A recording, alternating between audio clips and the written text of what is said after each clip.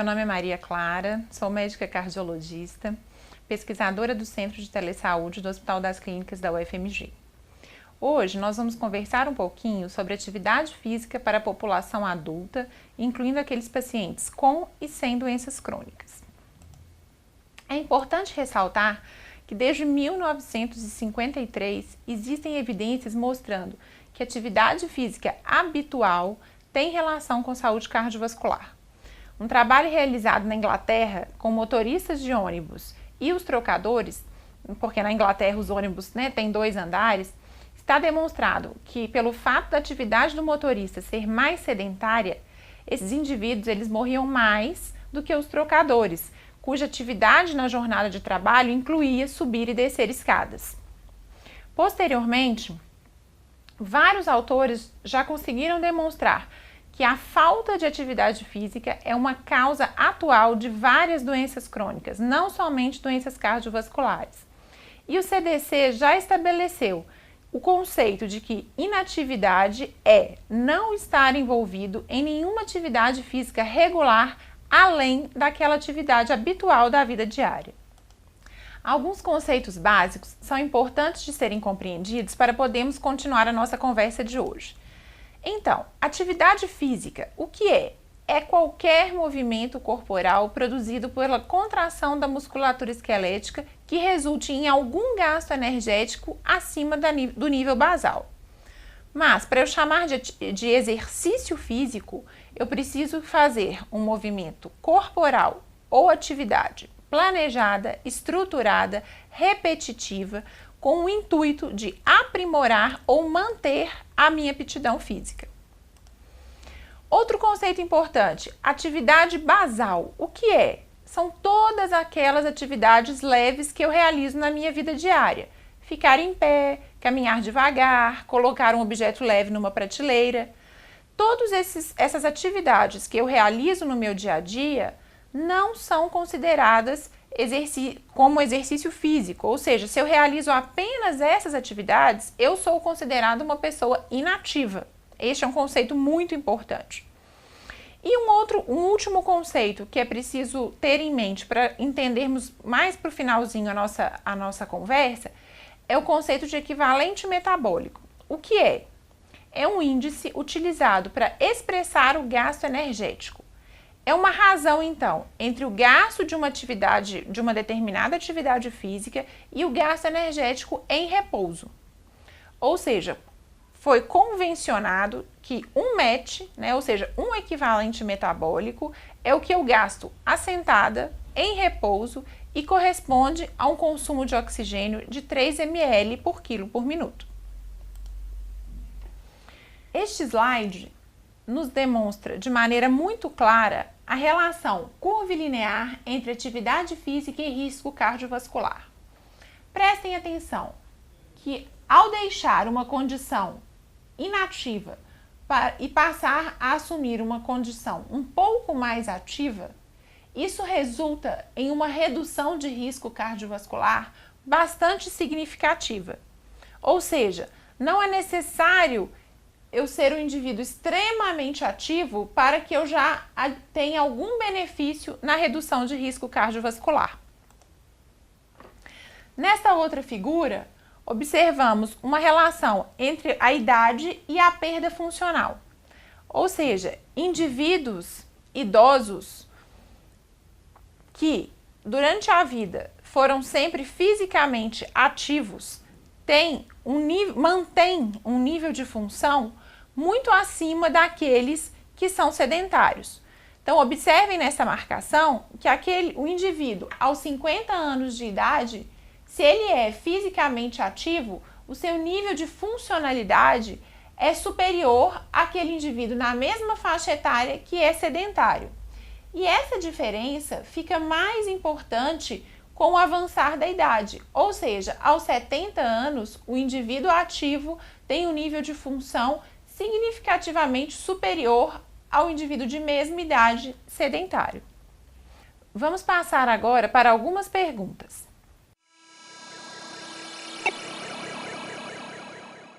Qual é a quantidade e em qual intensidade é necessário se exercitar para melhorar a saúde. E segundo, todos os pacientes portadores de doenças podem fazer exercícios físicos? Vamos tentar responder essas perguntas.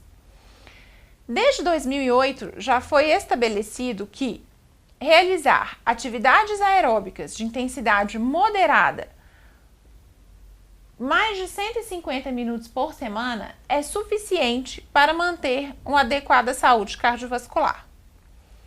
Caso eu não queira fazer atividades de intensidade moderada, eu posso realizar atividades de alta intensidade e isso me permite gastar menos tempo me exercitando. Então aqui nós vamos colocar alguns exemplos desses exercícios, ou seja, se eu pretendo realizar atividades de intensidade moderada, lembrando que eu vou precisar acumular em uma semana pelo menos 150 minutos de algum desses exercícios, isolados ou combinados. Caminhar numa velocidade aproximadamente de 4,8 km por hora, andar de bicicleta, atividades aeróbicas na água, jogar tênis em dupla, dançar, dança de salão e qualquer atividade de jardinagem em geral.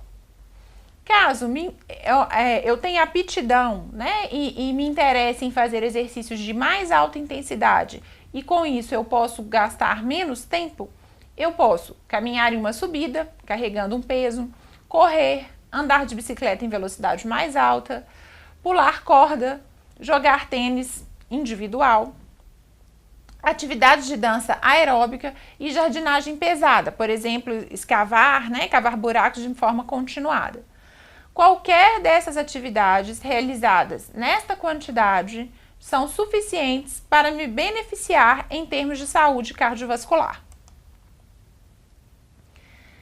Aqui estão listadas algumas condições clínicas bastante frequentes e que observamos serem fonte de muitas dúvidas na nossa prática clínica diária. Ou seja, aqueles pacientes que têm insuficiência cardíaca, que têm doença coronariana estável, que já tiveram um infarto agudo do miocárdio, que já estiveram internados por síndromes isquêmicas agudas, que já foram submetidos a procedimentos de revascularização, seja angioplastia, seja cirurgia convencional, eles podem se exercitar? Então, eu afirmo para vocês, isso está colocado em diversos documentos, de diversas sociedades, que todos esses pacientes, em todas essas condições clínicas, existe pelo menos uma recomendação classe 1 nível de evidência B a favor da atividade física. Ou seja, em todas essas condições clínicas, há benefício em ou mortalidade, ou redução de internação, melhora da qualidade de vida, em todas essas condições clínicas. Outras condições clínicas frequentes são aquelas que encontramos muitas vezes ao fazer um eletrocardiograma de repouso de um paciente no nosso consultório. Então estão aqui exemplificadas algumas delas. A existência de BAV de primeiro grau. Desde que esse paciente seja assintomático e ele não tenha uma cardiopatia estrutural subjacente fora de um controle adequado, este paciente pode sim se exercitar. A mesma coisa para os distúrbios da condução do ramo direito e do ramo esquerdo. Desde que o paciente seja assintomático, que ele não tenha uma cardiopatia estrutural fora de controle adequado, ele também pode sim se exercitar. E a mesma coisa para o bloqueio AV do segundo grau, Morbus tipo 1. Com a ressalva que nesta condição clínica seria muito importante que antes de você liberar o seu paciente para um exercício físico, você faça um teste de esteira, um teste ergométrico, para demonstrar que a condução atrioventricular e interventricular se faz de forma normal com a progressão do esforço. Então, essa condição, essa última condição destacada, nesta condição eu precisaria sim de realizar um teste de exercício prévio para que eu oriente o paciente a realizar o exercício com mais segurança. Outra condição muito frequente é a presença de extrasístoles ventriculares no eletro de repouso. Desde que sejam isoladas, que não se apresentem em formas complexas, ou seja, extrasístoles pareadas, taquicardia ventricular, eu posso liberar o paciente para atividade física, considerando o mesmo aspecto que ressaltamos no slide anterior, desde que não exista cardiopatia estrutural subjacente fora de um controle adequado. Muito dificilmente um paciente deve ficar afastado do exercício físico. O que existem são condições clínicas em que devemos aguardar para iniciar o exercício físico. Que condições são essas? Estão aqui listadas algumas delas. Pacientes com arritmias não controladas, ou seja, uma fibrilação atrial em que a resposta ventricular ainda não foi adequadamente controlada com a medicação. Pacientes que têm arritmias ventriculares complexas, né, como já citamos, taquicardia ventricular. Aqueles pacientes que têm isquemia documentada, né, de magnitude moderada e importante, que ainda não estejam sob tratamento clínico otimizado, ou que têm indicação de revascularização, esses pacientes devem aguardar, né, para iniciar atividade física. Todos aqueles portadores de doenças valvares graves, sintomáticas, né, porque provavelmente vão evoluir para uma condição cirúrgica. Aqueles pacientes que a insuficiência cardíaca ainda não está adequadamente compensada. Hipertensos com níveis pressóricos, pressão sistólica acima de 190 ou pressão diastólica acima de 120, também devem aguardar otimização do tratamento medicamentoso para iniciar o exercício físico. E a fase aguda de tromboembolismo pulmonar ou tromboflebite ou qualquer outro quadro sistêmico, né, infeccioso agudo, o paciente deve também aguardar a resolução para iniciar a atividade física. Mas lembrando, nenhuma dessas condições é contraindicação para a realização de atividade física a médio ou longo prazo. É importante apenas saber que eu preciso aguardar adequada compensação clínica para que esse paciente também seja beneficiado pelo exercício físico estruturado. Então, de forma geral, como poderíamos orientar os nossos pacientes a realizar um exercício físico? O tipo do exercício, qual é? O mais fácil, né? O que não depende muitas vezes de uma academia ou de uma estrutura mais elaborada, é o caminhar ou andar de bicicleta. Como? 20 minutos, 30 minutos, mantendo uma velocidade constante? Ótimo! Mas se o paciente não tolera 20 minutos, ele pode fazer isso de forma descontinuada ou intervalada.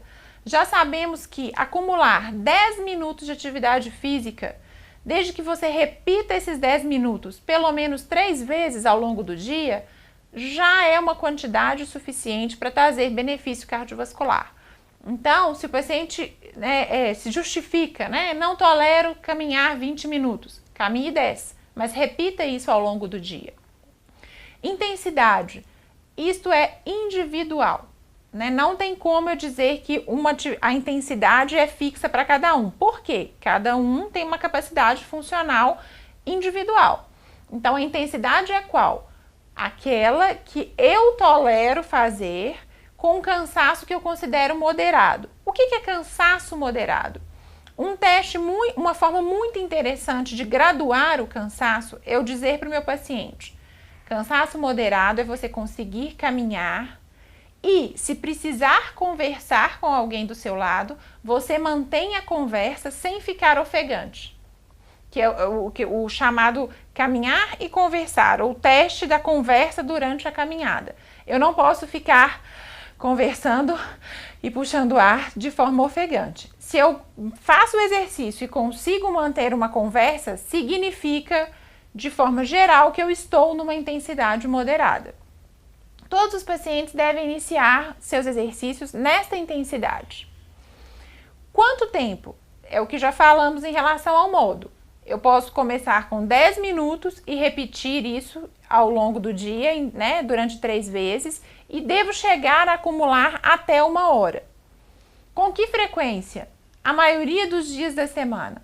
Ou seja, anteriormente, né, até 2008, existia o conceito de 3 vezes por semana. Hoje a gente sabe que quanto mais eu conseguir me exercitar, maior o benefício obtido. E a progressão do exercício vai de acordo com a evolução de cada paciente, né? Isso realmente é individual, né? Não tem uma orientação para que eu faça uma progressão fixa para todos os pacientes. E lembrando que começar devagar é importante para todos os pacientes. Ninguém deve começar numa intensidade alta, ninguém deve começar com 60 minutos, todos devem começar devagar. Nos 2 próximos slides, nós vamos listar algumas condições que nos orientam em relação ao risco de eventos cardiovasculares em pacientes portadores de cardiopatias. Ou seja, além de tudo que já falamos até o momento, nesses slides existem orientações bastante detalhadas para que eu possa, na verdade, compreender qual risco aquele meu paciente corre de ter um evento cardiovascular, ou seja, um infarto, uma arritmia, durante um exercício físico. Ou seja, quais pacientes eu posso considerar que o risco de um evento adverso durante o exercício físico é baixo?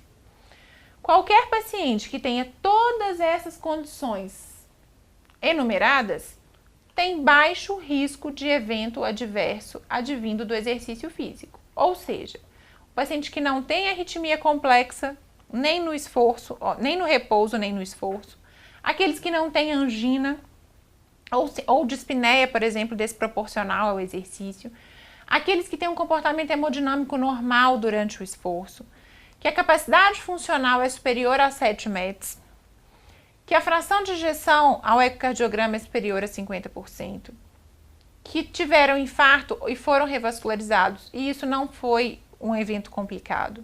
Os que não têm insuficiência cardíaca e nem sinais ou sintomas de isquemia após um evento isquêmico ou após o procedimento de revascularização, e aqueles indivíduos que são realmente assintomáticos. Todos os indivíduos em que todas essas condições estão presentes têm baixo risco de sofrer um evento adverso durante um exercício físico.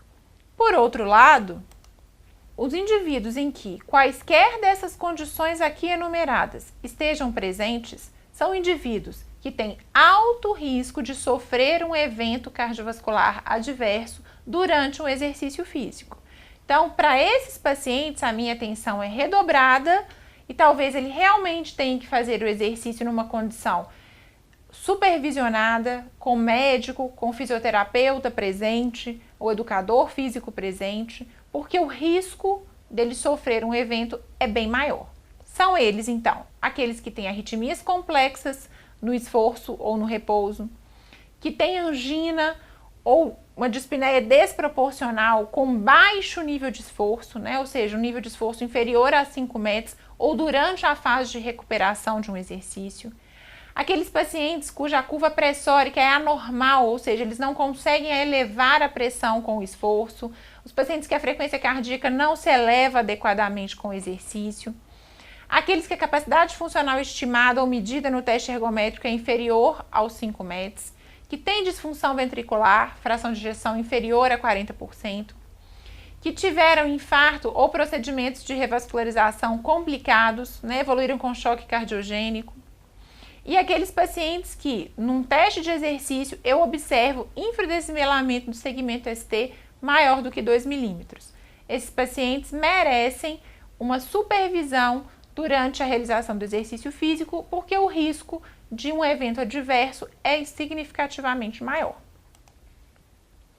Com este trabalho, publicado recente, agora em 2016, vamos deixar uma mensagem extremamente importante que nós como clínicos cardiologistas, devemos passar para os nossos pacientes no consultório. Qual é a mensagem?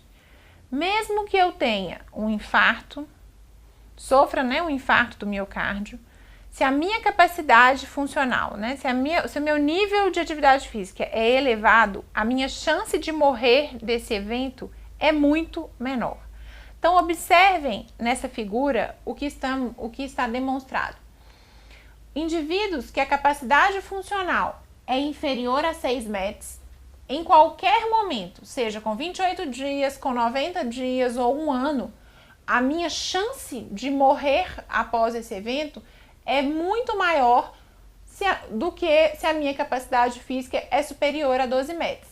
E vocês observem que essa relação, né, ela decresce conforme o aumento da capacidade funcional. Seja precocemente após o infarto, seja 1 ano após o infarto, se a minha capacidade física é alta, o meu risco de morrer é muito menor.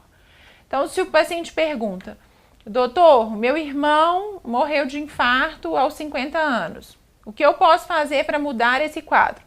Faça atividade física.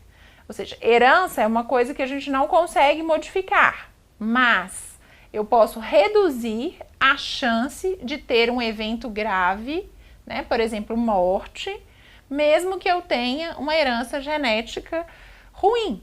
Ou seja, se eu me exercito, mesmo que eu tenha o mesmo infarto que o meu irmão teve aos 50 anos, a minha chance de morrer depois deste infarto é muito menor. Então, a mensagem, né, que eu gostaria de deixar gravada, né, é que os benefícios da atividade física para a saúde, eles superam amplamente os riscos de causar dano. Ou seja, é muito, muito infrequente que eu precise orientar um paciente a não se exercitar. Mesmo que isso aconteça, temos que sempre ter em mente que isso deve ser temporário, ou seja, eu preciso tentar resolver aquela condição clínica que temporariamente pode estar evitando o início do exercício físico. Mas eu tenho que buscar isso como meta, isso faz parte do tratamento, assim como usar medicação, assim como reduzir o consumo de sal, a atividade física estruturada, né, o exercício físico no dia a dia é sinal de saúde cardiovascular. Aqui estão as nossas referências. Muito obrigada pela atenção.